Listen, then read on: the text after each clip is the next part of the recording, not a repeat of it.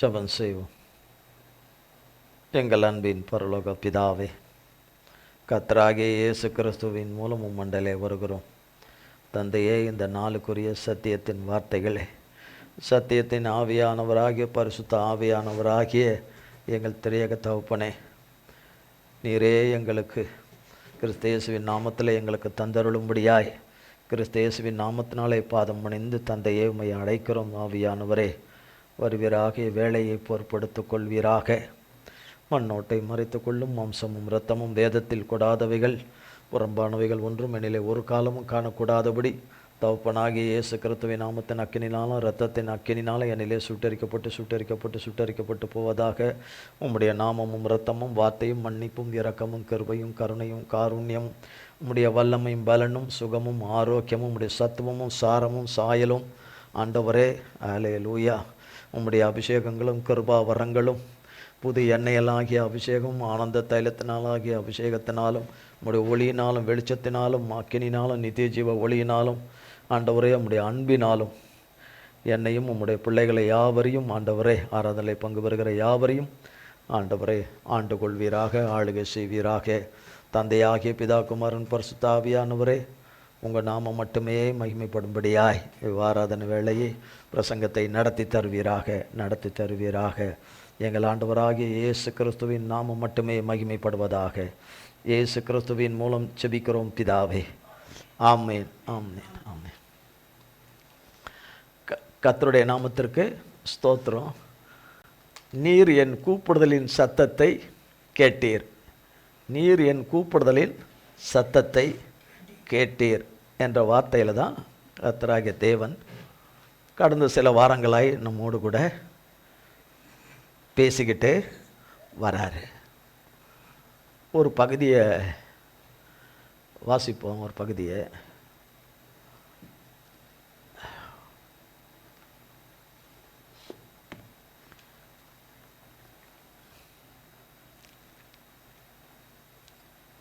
நாற்பத்தி 3ஆம் சங்கீதம்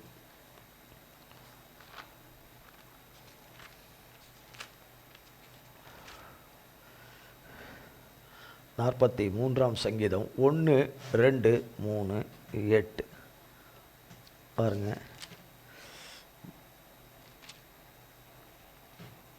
தேவனே 41, 2,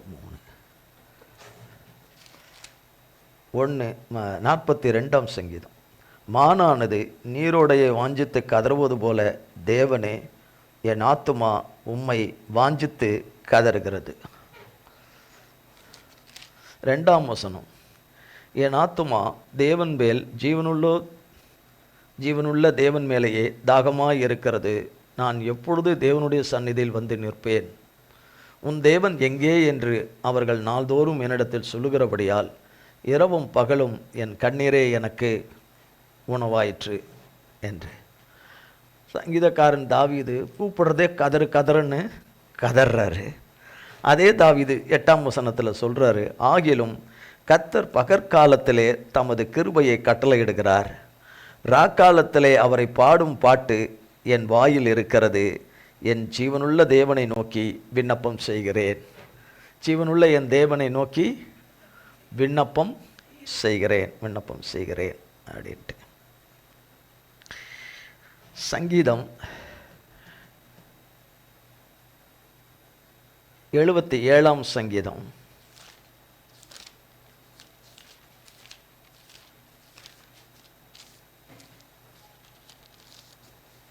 77ஆம் சங்கீதம் 1 நான் தேவனை நோக்கி என் சத்தத்தை உயர்த்தி கெஞ்சினேன். என் சத்தத்தை தேவனிடத்தில் உயர்த்தினேன். அவர் எனக்கு செவி கொடுத்தார். என் ஆபத்து நாளில் ஆண்டவரை தேடினேன். இரவிலும் என் கை தளராமல் விரிக்கப்பட்டிருந்தது. என் ஆத்துமா ஆறுதல் அடையாமற் போயிற்று. நான் தேவனை நினைத்த போது அலறினேன். நான் தியானிக்கும் போது என் ஆவி தொய்ந்து போயிற்று. நான் தூங்காதபடி என் கண்ணிமைகளை பிடித்திருக்கிறீர். நான் பேச மாட்டாதபடிக்கு சஞ்சலப்படுகிறேன். பூர்வ நாட்களையும் ஆதி காலத்து வருஷங்களையும் சிந்திக்கிறேன். காலத்திலே என் சங்கீதத்தை நினைத்து என் இருதயத்தோடு சம்பாஷித்துக் கொள்கிறேன். என் ஆவி ஆராய்ச்சி செய்கிறது. ஆண்டவர் நித்திய காலமாய் தள்ளிவிடுவாரோ? இனி ஒருபோதும் தயவு செய்யாதிருப்பாரோ? அவருடைய கிருபை முற்றிலும் அற்று போயிற்றோ? வாக்குத்தத்தமானது தலைமுறை தலைமுறைக்கும் ஒழிந்து போயிற்றோ? தேவன் இரக்கம் செய்ய மறந்தாரோ? கோபத்தினாலே தமது உருக்கமான இரக்கங்களை அடைத்து கொண்டாரோ என்றேன். அப்பொழுது நான், இது என் பலவீனம், ஆனாலும் உன்னதமானவருடைய வலதுகரத்துள்ள வருஷங்களை நினைவு கூறுவேன். கர்த்தருடைய செயல்களை நினைவு கூறுவேன். உம்முடைய பூர்வ காலத்து அதிசயங்களை நினைவு கூறுவேன். உம்முடைய கிரியைகளெல்லாம் தியானித்து உம்முடைய செயல்களெல்லாம் யோசிப்பேன் என்றேன். 13. தேவனே, உமது வழி பரிசுத்த ஸ்தலத்தில் உள்ளது. நம்முடைய தேவனைப் போல பெரிய தேவன் யார்? அதிசயங்களை செய்கிற தேவன் நீரே. ஜனங்களுக்குள்ளே உம்முடைய வல்லமையை விளங்க பண்ணினீர். யாக்கோபு யோசேப்பு என்பவர்களின் புத்திரராகிய உம்முடைய ஜனங்களை உமது புயபலத்தினாலே மீட்டு கொண்டீர். ஜலங்கள் உம்மை கண்டது. தேவனே, ஜலங்கள் உம்மை கண்டு தத்தளித்தது. ஆழங்களும் கலங்கினது. மேகங்கள் ஜலங்களை பொழிந்தது. ஆகாய மண்டலங்கள் முழக்கமிட்டது. உம்முடைய அம்புகளும் தெரிப்புண்டு பறந்தது. உம்முடைய குமுறலின் சத்தம் சுழல் காற்றில் முழுகினது. மின்னல்கள் பூச்சக்கரத்தை பிரகாசிப்பித்தது. பூமி குலுங்கி அதிர்ந்தது. உமது வழி கடலிலும் உமது பாதைகள் திரண்ட தண்ணீரிலும் இருந்தது. உமது காலடிகள் தெரியப்படாமற் போயிற்று. மோசே ஆரோன் என்பவர்களின் என்கையால் உமது ஜனங்களை ஆட்டு மந்தையை போல வழி நடத்தினீர்.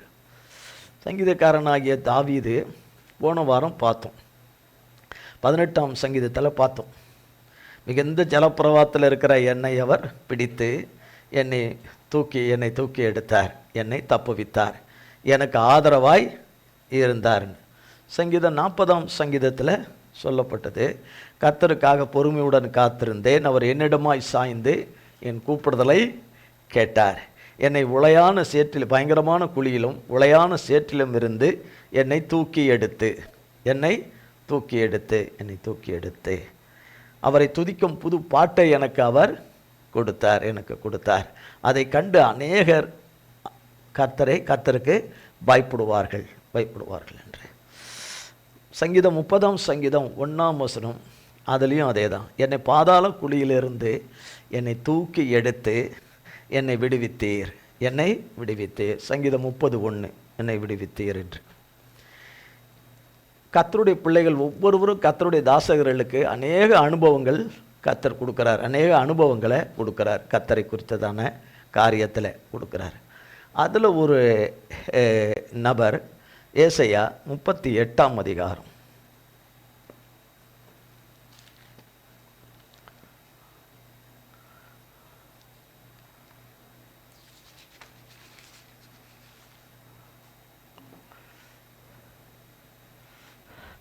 ஒன்றாம் வசனத்திலிருந்து. அந்நாட்களில் எசேக்கியா வியாதிப்பட்டு மரணத்துக்கு ஏதுவாயிருந்தான்.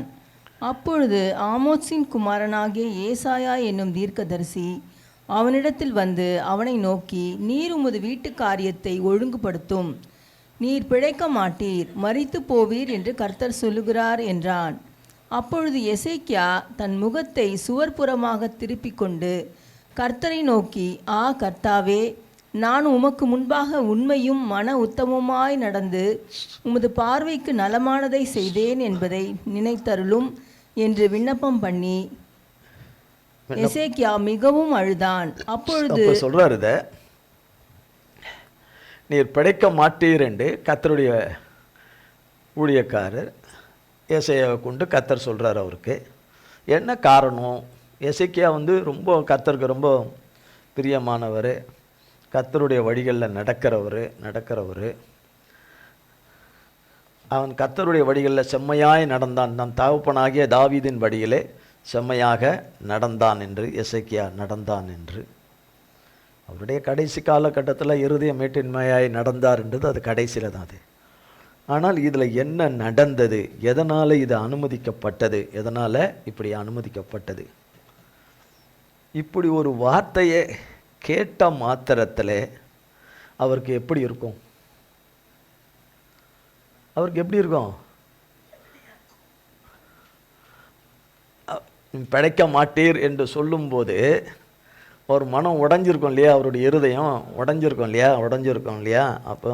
அப்போ அவர் உள்ளதில் வரும்ல, ஆண்டவரே நான் என்ன தவறு செய்தேன், என்ன தப்பதும் செஞ்சேன், என்ன பாவம் செய்தேன், என்ன அக்கிரமம் செய்தேன், என்ன மீறுதல் செஞ்சேன், நீர் ஆண்டவரே என்னை எடுத்துக்கொள்ளும்படியா நான் உம்முடைய எந்த விதத்தில் உம்முடைய கோபத்துக்கு நான் ஆளானேன், காலத்துக்கு சினத்துக்கு ஆளானேன் என்று சொல்லி அவர் விண்ணப்பம் பண்ணினார் என்று காண எவ்வளோ காரியங்கள் சொல்லி சொல்லி அழுதுருப்பாருன்னு. வெறும் விண்ணப்பம்னா அப்படி ஒரே ஒரு செகண்ட் அப்படி சொல்கிறதில்ல, எவ்வளோ மணி நேரம் அழுதாரு தெரில. அப்போ என்னென்ன வார்த்தைகளையெல்லாம் அவர் சொல்லி அழுகிறார் என்றால், கர்த்தாவே நான் உமக்கு முன்பாக உண்மையும் மன உத்தமமாய் நடந்து உமது பார்வைக்கு நலமானதை செய்தேன் என்று கர்த்தருடைய சன்னிதானத்தில் கர்த்தருடைய கிருபையினால் தைரியம் கொண்டு சொல்கிறாரு. நம்ம சொல்ல முடியாது, அப்படி நம்ம சொல்ல முடியாது. ஆனால் அவர் சொல்கிறார், அவர் செய்திருக்கிறாரு, அவர் சொல்கிறாரு. அப்போ என்னை நினைத்தருளும், செய்தேன் என்பதை நினைத்தருளும் என்று விண்ணப்பம் பண்ணி எசேக்கியா மிகவும் அழுதான் என்று சொன்னால், எந்த அளவுக்கு குலுங்கி ஆள முடியுமோ கர்த்தர் பார்வையில் அழுதுருக்கார். 2 நாளாகமும் 30ஆம் அதிகாரம் 16 20. 2 நாளாகமும்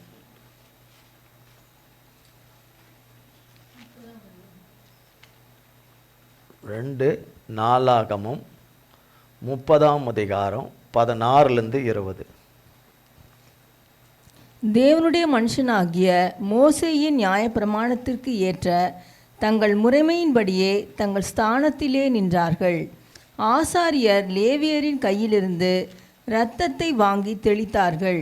சபையிலே அநேகர் தங்களை பரிசுத்தம் பண்ணி கொள்ளாதிருந்தார்கள். ஆகையால் சுத்தமில்லாத எல்லாரையும் கர்த்தருக்கு பரிசுத்தம் பண்ண லேவியர் அவர்களுக்காக பஸ்காவின் ஆட்டுக்குட்டிகளை அடிக்கும் காரியத்தை விசாரித்தார்கள். அதேனென்றால் எப்ராயிம், மனாசே, இசக்கார், செபுலோன் மனுஷரில் ஏராளமான அநேகம் ஜனங்கள் தங்களை சுத்தம் பண்ணி கொள்ளாதிருந்தும் எழுதியிராத பிரகாரமாக பஸ்காவை சாப்பிட்டார்கள். எசேக்கியா அவர்களுக்கு விண்ணப்பம் பண்ணி தங்கள் பிதாக்களின் தேவனாகிய கர்த்தரான தேவனை தேடும்படிக்கு தங்கள் இருதயத்தை நேராக்கினவர்கள் பரிசுத்த ஸ்தலத்திற்கேற்ற சுத்தாங்கம் அடையாதிருந்தாலும் கிருபையுள்ள கர்த்தர் அவர்கள் எல்லாருக்கும் மன்னிப்பாராக என்றான். கர்த்தர் எசேக்கியாவின் விண்ணப்பத்தை கேட்டு ஜனங்களுக்கு அது அனுகூலம் செய்தார். எசேக்கியா செய்த காரியம்லாம் நிறைய இருக்குது, அதனால் நேரம் அதிகமாகும். எசேக்கியா செஞ்ச காரியங்கள்லாம் கர்த்தருக்கு பிரியமாக செய்த காரியம் இல்லை, 1-2 மட்டும்தான் இதில்.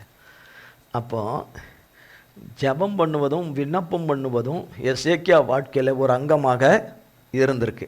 அனுதினமும் கர்த்தரை நோக்கி ஜெபம் செய்வதும் விண்ணப்பம் பண்ணுவதும் வேண்டுதல் செய்வதும் கர்த்தரை நோக்கி கூப்பிடுவதும் அவருடைய அனுதின ஆவிக்குரிய வாழ்க்கையின் ஒரு அனுபவமாக அவருக்கு இருந்திருக்கு. அப்போ கர்த்தரிடத்தில் இதை கேட்டார். கர்த்தர் எசேக்கியாவின் விண்ணப்பத்தை கேட்டு அனுகூலம் பண்ணினார் என்பதை அவர் கண்கூட பார்த்துருப்பார்.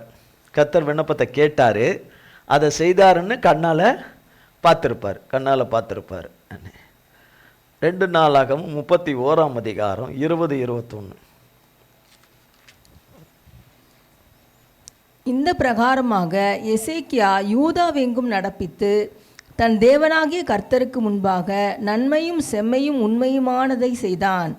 அவன் தேவனுடைய ஆலயத்தின் வேலையிலும் தன் தேவனை தேடும்படிக்கு நியாயப்பிரமாணத்திற்கும் கற்பனைக்கும் அடுத்த காரியத்திலும் என்ன செய்ய தொடங்கினானோ அதையெல்லாம் தன் முழு இருதயத்தோடும் செய்து சித்தி பெற்றான். அதனால தான் அவர் கேட்குறார் தேவனிடத்தில், தேவனே எனக்கு இறங்குங்கப்பா, எனக்கு இறங்குங்க உமக்கு முன்பாக உண்மையும் உத்தமமாய் நடந்தேனே, என்னை நினைங்க என்று சொல்லி அதைத்தான் இப்படி சொல்கிறார்.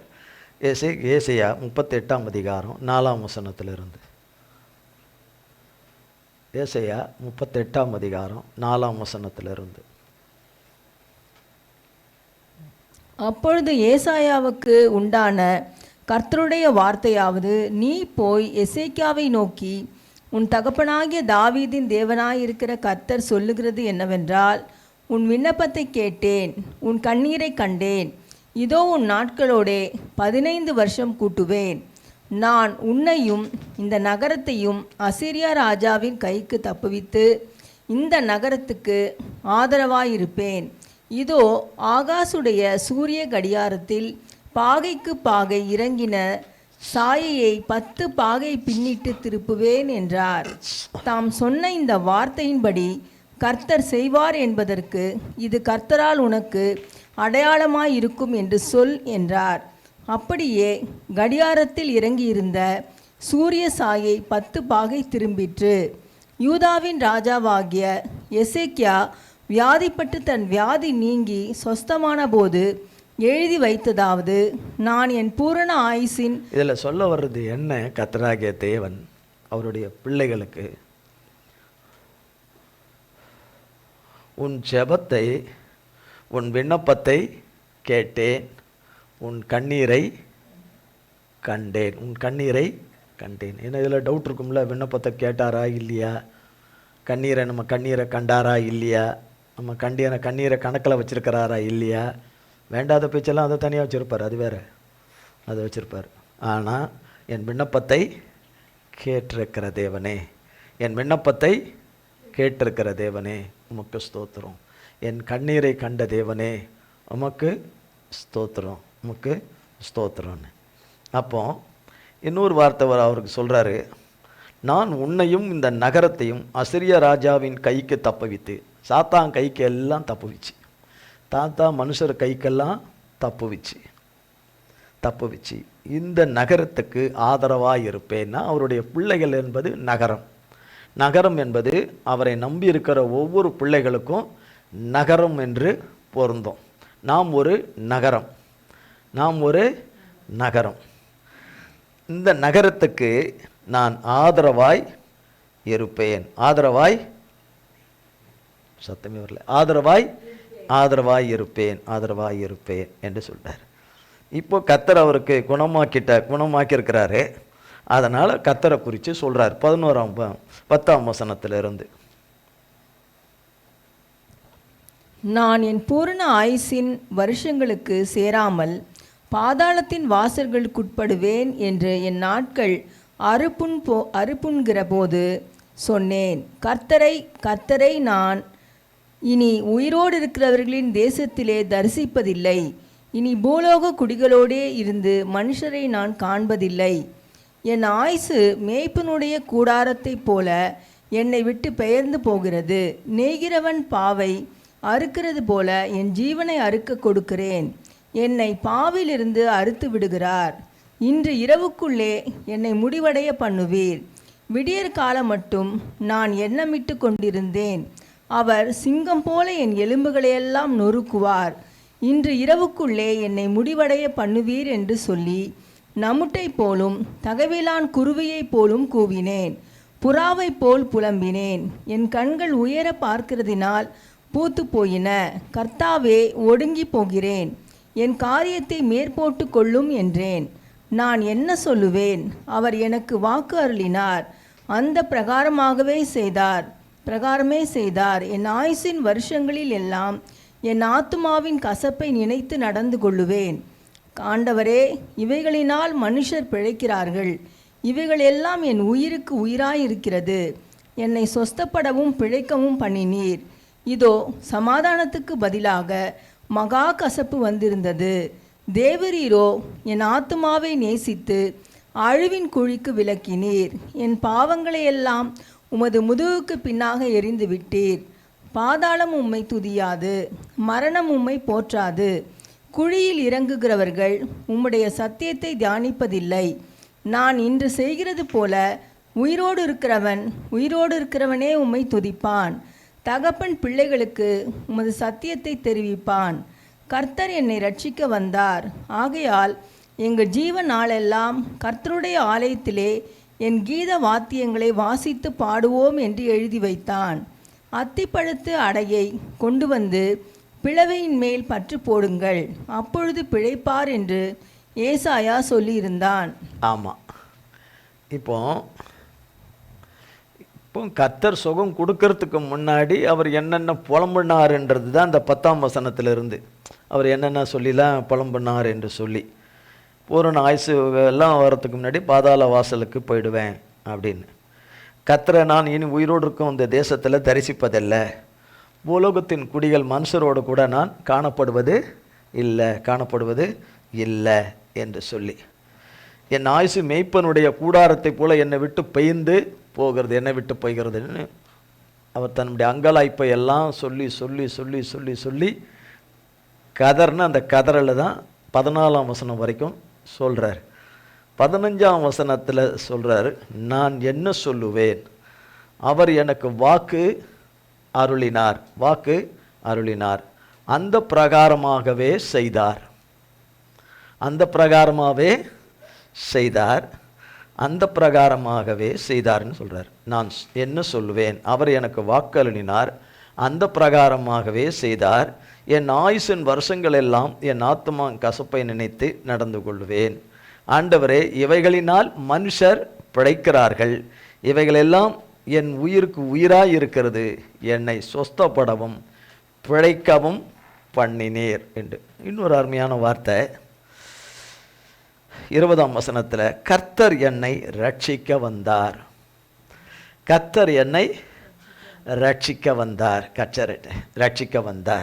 சொல்லிட்டு, உன் கண்ணீரை கண்டேன், உன் விண்ணப்பத்தை கேட்டேன், உன் கண்ணீரை கண்டேன். ஆயுசு காலங்களை கூட்டி கொடுக்குறாரு, கூட்டி கொடுத்துட்றாரு. அதுக்கு ஒரு அடையாளத்தையும் கொடுக்குறாரு.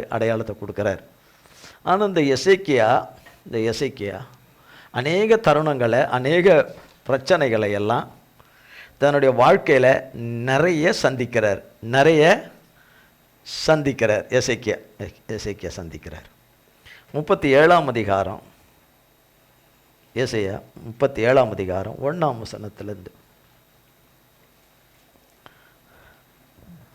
ராஜாவாகிய எசேக்கியா அதை கேட்டபோது தன் வஸ்திரங்களை கிழித்து இரட்டு உடுத்தி கொண்டு கர்த்தருடைய ஆலயத்தில் பிரவேசித்து அரமனை விசாரிப்புக்காரனாகிய எலியாக்கீமையும் சம்பிரதியாகிய செப்னாவையும் ஆசாரியர்களின் மூப்பரையும் ஆமோத்சின் குமாரனாகிய ஏசாயா என்னும் தீர்க்கதரிசினிடத்திற்கு இரட்டு உடுத்தவர்களாக அனுப்பினான்.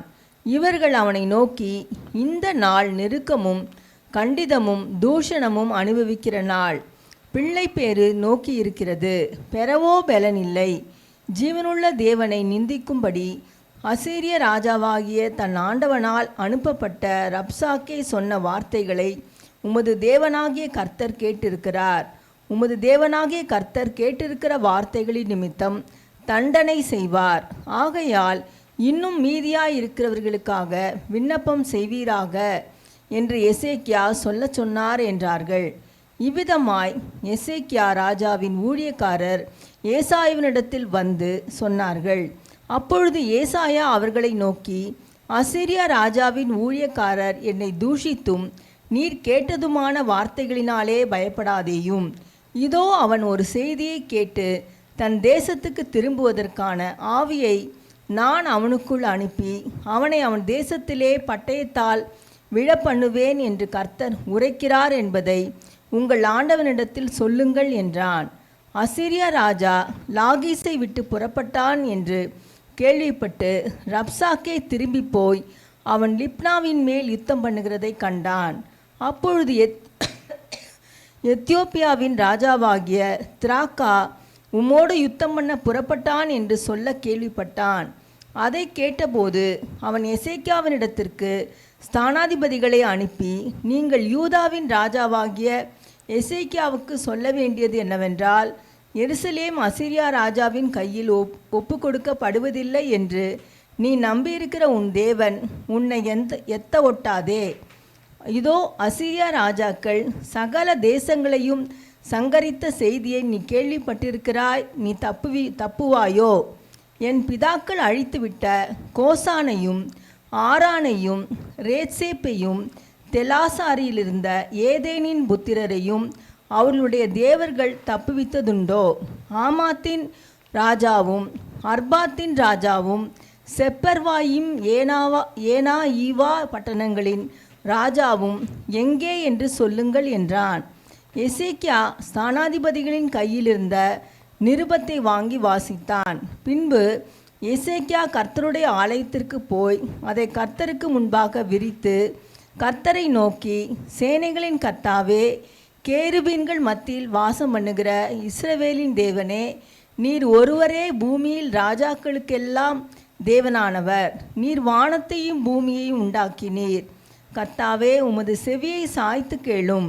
கர்த்தாவே, நீர் உமது கண்களை திறந்து பாரும். சனகரீப் ஜீவனுள்ள தேவனை நிந்திக்கும்படிக்கு சொல்லி அனுப்பின வார்த்தைகளையெல்லாம் கேளும். கர்த்தாவே, அசீரியா ராஜாக்கள் அந்த ஜாதிகளையும் அவர்கள் தேசத்தையும் நாசமாக்கி அவர்களுடைய தேவர்களை நெருப்பிலே போட்டுவிட்டது மெய்தான். அவைகள் தேவர்கள் அல்லவே, மனுஷர் கைவேலையான மரமும் கல்லுந்தானே. ஆகையால் அவைகளை நீர்த்துளி ஆக்கினார்கள். இப்போதும் எங்கள் தேவனாகிய கர்த்தாவே, நீர் ஒருவரே கர்த்தர் என்று பூமியின் ராஜ்யங்களெல்லாம் அறியும்படிக்கு எங்களை அவன் கைக்கு நீங்களாக்கி இரட்சியும் என்று விண்ணப்பம் பண்ணினான். அப்பொழுது ஆமோத்சின் குமாரனாகிய ஏசாயா எசேக்கியாவுக்கு சொல்லி அனுப்பினது, இஸ்ரவேலின் தேவனாகிய கர்த்தர் உரைக்கிறது என்னவென்றால், அசீரியா ராஜாவாகிய சனகரீபின் நிமித்தம் நீ என்னை நோக்கி விண்ணப்பம் பண்ணினாயே. அவனை குறித்து கர்த்தர் சொல்லுகிற வசனமாவது, சீயோன் குமார்த்தியாகிய கன்னியாஸ்திரீ உன்னை இகழ்ந்து உன்னை பரிகாசம் பண்ணுகிறாள். எருசலேம் குமார்த்தி உன் பின்னாலே தலையை துலுக்குகிறாள். யாரை நிந்தித்து தூஷித்தாய்? யாருக்கு விரோதமாய் உன் சத்தத்தை உயர்த்தினாய்? நீ இஸ்ரவேலின் பரிசுத்திற்கு விரோதமாய் அல்லவோ உன் கண்களை மேட்டிமையாய் ஏறெடுத்தாய். உன் ஊழியக்காரரை கொண்டு உன் ஆண்டவரை நிந்தித்து, என் ரதங்களின் திரளினாலே நான் மலைகளின் கொடுமுடிகளுக்கும் லீபனோனின் சிகரங்களுக்கும் வந்து ஏறினேன். அதன் உயரமான கேதுரு மரங்களையும் உச்சிதமான தேவதாரு விருட்சங்களையும் நான் வெட்டி உயர்ந்த அதன் கடைசி எல்லை மட்டும் அதன் செழுமையான வனம் வருவேன் என்றும், நான் கிணறு வெட்டி தண்ணீர் குடித்தேன். என் உள்ளங்காலினால் அரணிப்பான இடங்களின் அகழிகளையெல்லாம் வரளவும் பண்ணினேன் என்று சொன்னாய். நான் வெகுகாலத்துக்கு முன் அதை நியமித்து பூர்வ நாட்கள் முதல் அதை திட்டம் பண்ணினேன் என்பதை நீ கேட்டதில்லையோ? இப்பொழுது நீ அரணான பட்டணங்களை பாழான மண் மேடுகளாக்கும்படி நானே அதை சம்பவிக்க பண்ணினேன். அதனாலே அவைகளின் குடிகள் கை இழைத்தவர்களாகி கலங்கி வெட்கப்பட்டு வெளியின் பூண்டுக்கும் பச்சிலைக்கும் வீடுகளின் மேல் முளைக்கும் புல்லுக்கும் ஓங்கி வளரும் முன் தீந்து போகும் பயிருக்கும் சமானமானார்கள். உன் இருப்பையும் உன் போக்கையும் உன் வரவையும் நீ எனக்கு விரோதமாய் கொந்தளிக்கிறதையும் அறிவேன். நீ எனக்கு விரோதமாய் கொந்தளித்து வீரியம் பேசினது என் செவிகளில் ஏறினபடியினால், நான் என் துரட்டை உன் மூக்கிலும் என் கடிவாளத்தை உன் வாயிலும் போட்டு நீ வந்த வழியே உன்னை திரும்ப பண்ணுவேன். உனக்கு அடையாளமாய் இருப்பது என்னவென்றால், இந்த வருஷத்திலே தப்பி பயிராகிறதையும் 2ஆம் வருஷத்திலே தானாய் விளைகிறதையும் சாப்பிடுவீர்கள். 3ஆம் வருஷத்திலோ விதைத்து அறுத்து திராட்சை தோட்டங்களை நாட்டி அவைகளின் கனிகளை புசிப்பீர்கள். யூதா வம்சத்தாரில் தப்பி மீந்திருக்கிறவர்கள் மறுபடியும் கீழே வேர் பற்றி மேலே கனி கொடுப்பார்கள். மீதியாயிருக்கிறவர்கள் எருசலேமிலும் தப்பினவர்கள் சீயோன் மலையிலும் இருந்து புறப்படுவார்கள். சேனைகளுடைய கர்த்தரின் வைராக்கியம் இதை செய்யும். ஆகையால் கர்த்தர் அசீரியா ராஜாவை குறித்து, அவன் இந்த நகரத்துக்குள் பிரவேசிப்பதில்லை, இதன் மேல் அம்பு எய்வதும் இல்லை, இதற்கு முன்பாக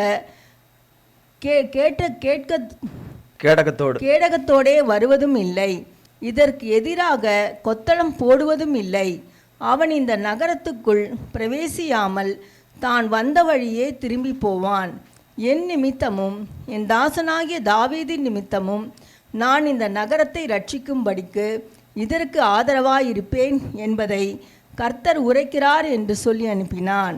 அப்பொழுது கர்த்தருடைய தூதன் புறப்பட்டு அசீரியன் பாளையத்தில் 185,000 பேரை சங்கரித்தான்.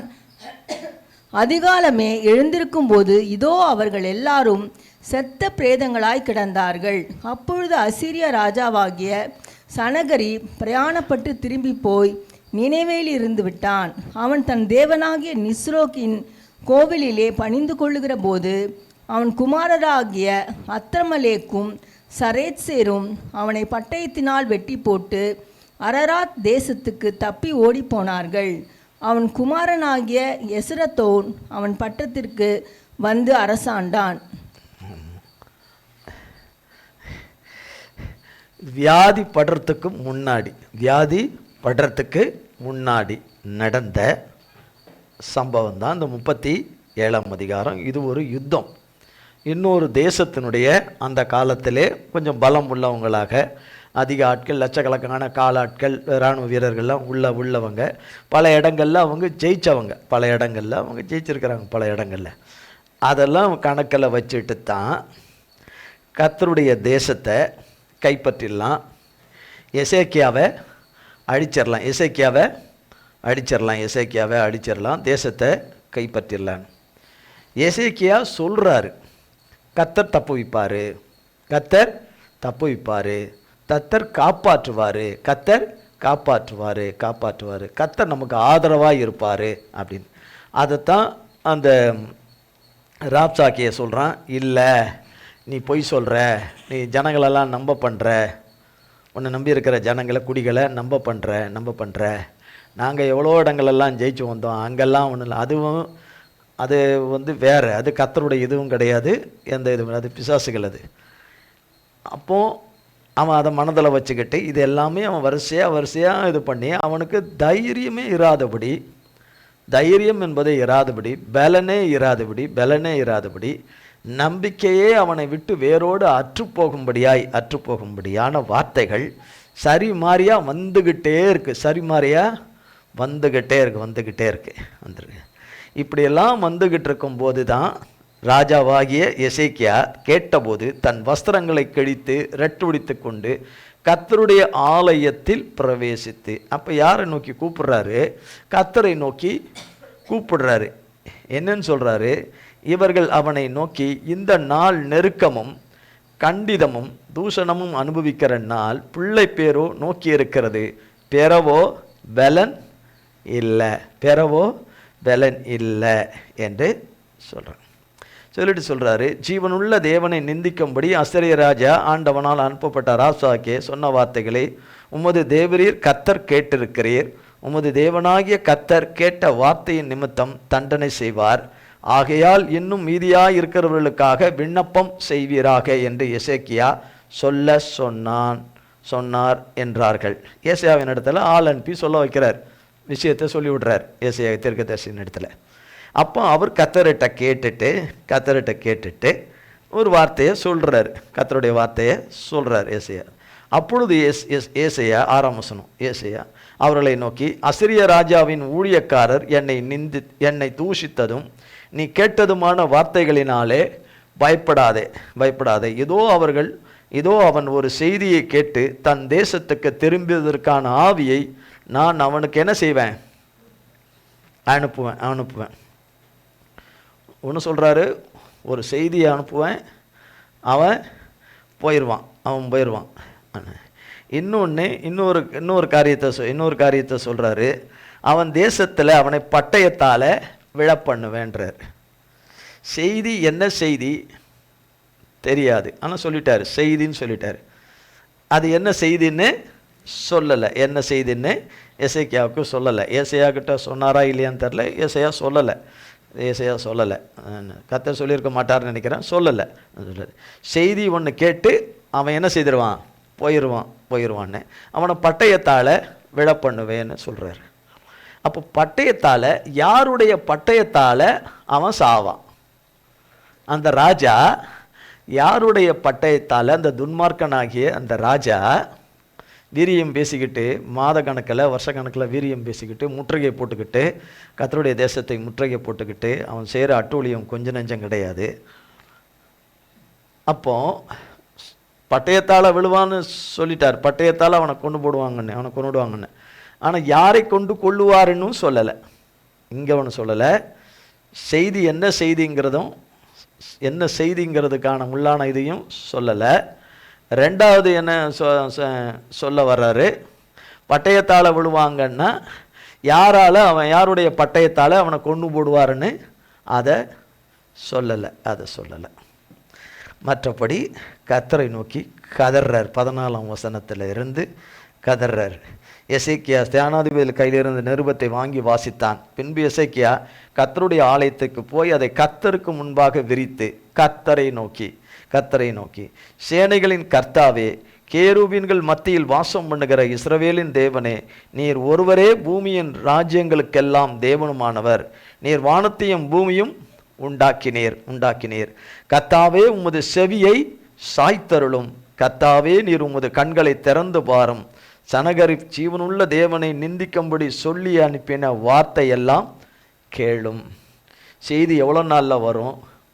பட்டயத்தால் அவனுங்களை கொண்டு போடுன்றது எத்தனை நாளில் நடக்கும் தெரியாது. எத்தனை நாள் நடக்கும் தெரியாது. அதெல்லாம் அப்படி வரிசையாக ஒன்று ஒன்றா சொல்லிட்டு வர்றார். அப்படியே சொல்லிட்டு வரும்போது தான் கடைசியாக கர்த்தருடைய வார்த்தை அவருக்கு வருது. கர்த்தருடைய வார்த்தை வருகிறது. நிறைய ஆசீர்வாதங்களை குறித்து சொல்கிறார். 30ஆம் வசனத்தில் உனக்கு அடையாளமாக இருப்பது என்னவென்றால், அவர் உடம்பு வியாதிப்பட்டு இருக்கும்போது அவருக்கு ஒரு அடையாளத்தை கொடுத்தார், பாகை இப்படி திரும்போன்னு சொல்லி. இங்கேயும் ஒரு அடையாளத்தை கொடுக்குறேன்னு ஒரு அடையாளத்தை சொல்கிறாரு. இந்த வருஷத்திலே தப்பி பயிராகிறதையும் 2ஆம் வருஷத்திலே தானாய் விளைகிறதையும் சாப்பிடுவீர்கள். 3ஆம் வருஷத்திலே விதைத்து அறுத்து திராட்சை தோட்டங்களை நாட்டி அவைகளின் கனியை புசிப்பீர்கள். அப்படின்னா இவனை அழிச்சா தானே இதெல்லாம் நடக்கும். இவனை சத்ருவை அழிக்கணும் இல்லையா? சத்ருவை அவன் செய்தி ஒன்று வரும்னு சொல்லிட்டார். அவன் பட்டயத்தால் விழுவான்னு சொல்லிட்டாரு. இங்கே இப்படி சொல்கிறாரு, நீங்கள் யூதா வம்சாதரில் தப்பி மீதியாக இருக்கிறவர்கள் மறுபடியும் கீழே வேர் பற்றி மேலே கனி கொடுப்பார்கள் அப்படின்னு. அந்த தேசம் அழியாது. அந்த தேசம் கர்த்தருடைய தேசம், ஆசீர்வதிக்கப்படும். கர்த்தர் நன்மையினால் நிரப்புவார், நன்மைகளை புசிக்கும்படி செய்வார்னு. 32ஆம் வசனம், மீதியாக இருந்தவர்கள் எருசலேமிலும் தப்பினவர்கள் சீயோன் மலையிலிருந்து புறப்படுவார்கள். சேனைகளின் கர்த்தருடைய வைராக்கியம் இதை செய்யும் என்றார். யார் செய்கிறேன்னு சொல்கிறாரு? சேனைகளின் கர்த்தருடைய வைராக்கியம் எதை செய்யும்? அவருடைய பிள்ளைகளுக்கு செய்யும். இதை செய்யும் சொல்லிட்டு சொல்கிறாரு. இன்னொரு ஆசீர்வாதமான வார்த்தையை சொல்கிறாரு. அவன் இந்த நகரத்துக்குள் பிரவேசிப்பதும் இல்லை, இதன் மேல் அம்பு எய்வதும் இல்லை, இதற்கு முன்பாக கேடகத்தோடு வருவதும் இல்லை, இதற்கு எதிராக கொத்தளம் போடுவதும் இல்லை. அவன் இந்த நகரத்துக்குள் பிரவேசியாமல் தான் வந்தபடியே திரும்பி போவான். என் நிமித்தமும் என் தாசனாகிய தாவீதின் நிமித்தமும். இது நடக்கும்போது தாவீது உயிரோடு இருக்காரா? இல்லை, தாவீது இல்லை. கர்த்தருக்குள்ளே எப்பயோ நித்திரை அடைஞ்சு போயிட்டார் எத்தனையோ வருஷத்துக்கு முன்னாடி. ஆனால் என்னன்னு சொல்கிறாரு? என் தாசனாகிய தாவீதின் நிமித்தம் நான் செய்வேன். என் நிமித்தம்னா அவர், என் நிமித்தமும் என் தாசனாகிய தாவீதின் நிமித்தம்னு சொல்லி தாவீதை கர்த்தர் அங்கே மென்ஷன் பண்ணுறாரு. நான் இந்த நகரத்துக்கு ரட்சிக்கும்படிக்கு இதற்கு ஆதரவாக இருப்பேன். என் வைராக்கியம் இதை செய்யும். நகரத்துக்குள் பிரவேசிப்பது இல்லை, இதன் மேல் அம்பு எய்வதும் இல்லை, இதற்கு முன்பாக கேடகத்தோடு வருவதும் இல்லை, இதற்கு எதிராக கொத்தளம் போடுவதும் இல்லை. இதுக்கு ஆதரவாக இருப்பேன். நகரத்துக்கு என்று சொன்னால் அவருடைய பிள்ளைங்க, இல்லைன்னா அவருடைய குடும்பம். ஒன்று அவருடைய பிள்ளைங்க, தனிப்பட்ட பிள்ளைங்க, அல்லது குடும்பம், அவருடைய பிள்ளைங்க, அவருடைய குடும்பம். இதுதான் நகரம். அதற்கு நான் ஆதரவாக இருப்பேன். அப்போ செய்தி என்ன செய்திங்கிறது வந்துடுது. கொஞ்ச நேரம் கழிச்சு வருது. பட்டயத்தில் யாருடைய பட்டயத்தால் வெல்றான்னா அந்த ராஜாவுடைய பிள்ளைங்களே வெட்டிடுறாங்க. ராஜாவுடைய பிள்ளைங்களே வெட்டிடுறாங்க. வெட்டும்போது ரிசல்ட் தெரிஞ்சிருதில்ல யார் வெட்டுறான்னு. வெட்டும்போது முதல்ல பட்டயத்தால் விழுவாங்கன்னா அது யாருடைய பட்டயத்தால் விழுவாங்கன்னு சொல்லப்படலை. அது கர்த்தர் செய்யும்போது யாருடைய பட்டயத்தால்? அந்த ராஜாவுடைய பிள்ளைங்களுடைய பட்டயத்தால் கொல்லப்படுறான். எல்லாத்துக்கும் மேலே இப்போ இந்த பாளையத்தில் வந்து நிற்கிற ஜனங்க லட்சோப லட்ச ஜனங்க இருக்குது. சேனைங்க, எதிரி சேனைங்க, எதிரி சேனைங்க இருக்குது. இப்போ அதை குறித்து எந்த வார்த்தையும் வரல. ஆனால் ஆசீர்வாத வார்த்தையெல்லாம் கொடுத்துட்டாரு. அது ஜெயிச்சாதானே இந்த ஆசீர்வாதமெல்லாம் நடக்கும். ஆனால் அதை குறித்து ஒன்றுமே சொல்லலை. பார்த்தா அன்றைய தினமே அன்றைக்கு கர்த்தருடைய தூதன் புறப்பட்டு அசரியாவின் பாளையத்திலே 1,85,000 ஒரு தேவனுடைய தூதன் 1,85,000 1,80,000 பேருன்னா ஒரு ஒரு ஒரு இப்போ இந்த மாதிரி ஒரு ஹால் இருக்குன்னா இந்த ஹாலில் வந்து ஃபுல்லாக இருப்பாங்க ஜனங்க. எப்படி இருப்பாங்க? 1,80,000 பேர்னா எவ்வளோ பெரிய கூட்டம், அவ்வளோ பெரிய ஜனம். தேவதூதனுடைய ஒரு பட்டயத்தாலே ஒரே ஒரு தூதன் கொண்டு போட்டுட்டான். 1,80,000 பேரையும் கொண்டு போட்டுட்டான் கர்த்தருடைய தூதன் பட்டயத்தால். ஒருத்தரும் தப்பிச்சு போல. யார் அமிச்சா? இப்படி செய்ய போறார் என்பது எசேக்கியாவுக்கும் தெரியாது, ஏசேயாவுக்கும் தெரியாது. யார் பட்டயத்தால் விழுவாங்கன்னு தெரியாது. அது என்ன மாதிரி செய்தின்றது தெரியாது. ஆனால் செய்தி சொன்னபடியே வந்துருச்சு. அவன் திரும்பிட்டான், அவன் தேசத்துக்கு திரும்பிட்டான். அவன் கோயிலுக்கு போகும்போது பட்டயத்தில் வெட்டுற அந்த நாளில் பட்டயத்தில் வெட்டும்படி செஞ்சிரு. இதெல்லாம் கர்த்தர் வச்சுக்கிட்டாரு. பட்டயத்தை வெட்டுற அந்த யாரை கொண்டு வெட்டுறதை அவர் வச்சுக்கிட்டாரு. என்ன செய்திங்கிற செய்தியும் அவர் வச்சுக்கிட்டாரு. செய்திங்கிற வார்த்தை தானே தவிர அந்த செய்திக்கான அர்த்தத்தை அவர் வச்சுக்கிட்டாரு. செய்தி வச்சுக்கிட்டாரு. கடைசியில் தம்முடைய தூதனை அனுப்பி வெட்டுறதையும் வச்சிருந்தார். சேனைகளின் கர்த்தர் உடைய வைராக்கியம் இதை செய்யும் என்று சொல்லப்பட்ட எதிரே அதிகாரத்தில் அவர் வார்த்தையின்படி கர்த்தர் தம்முடைய தூதனை அனுப்பி யாருக்காக அனுப்பிச்சாரு? எசேக்கியாவுக்காக செய்கிறாரு. ஆனால் என்ன சொல்லி செய்கிறாரு? என் நிமித்தம்னா கர்த்தர் நிமித்தம், என் நிமித்தமாகவும் என் தாசனாகிய தாவீதின் நிமித்தமாகவும் நான் செய்கிறேன். யார் நிமித்தம்? தாவீது இல்லை பூமியிலேயே, பூமியிலேயே இல்லை. ஆனால் தாவீது பேரை சொல்லி நான் தாவீதுக்காக நான் அதை செய்கிறேன்னு சொல்லி சொல்கிறார். அப்போ தாவீது இருக்கும்போது எப்படி செஞ்சுருப்பார் உயிரோட? அதுவும் புரியலையா? தாவீது உயிரோடு இருக்கும்போது கர்த்தர் எப்படி செஞ்சிருப்பாரு? அவர் இறந்த பிறகு எத்தனையோ வருஷங்கள் ஆன பிறகும் கூட கர்த்தர் அவர் பேரை சொல்கிறார்ல, கர்த்தர் அவர் பேரை சொல்கிறார் இல்லையா? அப்போ தாவீது எப்பொழுதும் கர்த்தரை நோக்கி கூப்பிடுகிற ஒரு கர்த்தருடைய தாசனாக இருந்தார். அந்த வழியில் சந்ததியில் வந்தவர் தான் எசேக்கியா. அந்த சந்தையில் வந்தவர் தான் எசேக்கியா. எசேக்கியாவும் கர்த்தரை நோக்கி கூப்பிட்றாரு, விண்ணப்பம் பண்ணுறாரு. கர்த்தர் அவருடைய அநேக இடங்களில் அநேக காரியங்களில் அவருடைய விண்ணப்பத்தையும் ஜபத்தையும் கர்த்தர் கேட்குறார். கேட்டு அவருக்கு இறங்குறார். கர்த்தர் அவருக்கு இறங்கி இப்படிப்பட்ட இந்த இவ்வளோ பெரிய அந்த தேசத்தினுடைய சேனைகளை எப்படி கர்த்தர் பண்ண போகிறாருன்ற பயங்கரமாக குழம்பியிருப்பார். எப்படி இது நடக்க போகுது, என்ன யுத்தம் பண்ணுன்னு சொல்லலை. உன் சேனைகளை கூட்டிகிட்டு போ, நான் முன்னாடி வருவேன், நான் முன்னணியத்தில் வருவேன், உன் தேவன் நான் முன்ன வருவேன், நீ போ, யுத்தம் உன் தேவன் ஆகிய கர்த்தருடைய யுத்தம், நான் முன்னணியில் வருவேன், நீ போன்னு அப்படியும் எதுவும் சொல்லலை. பாளையத்தில் எல்லாம் ஜனங்க எல்லாம் சேனைகள் எல்லாம் இருக்குது. அப்போ என்ன நடக்க